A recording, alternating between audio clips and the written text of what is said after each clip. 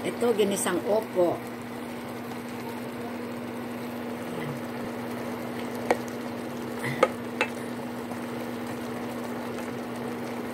Nalagyan ko lang ng konting.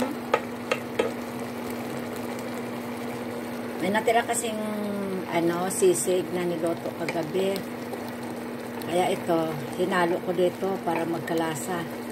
Ayan, konting asin. Asin lang yan. Sibuyas, bawang. Pinisa ko lang sa sibuyas, bawang yan. Ayan. Ayan. Tikman natin kung hindi na matabang. Okay na. Okay na.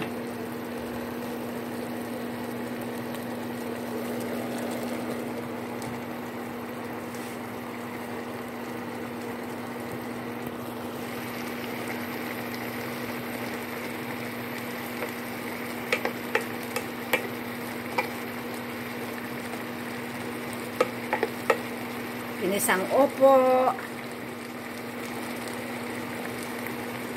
Yung ulam namin ngayong gabi.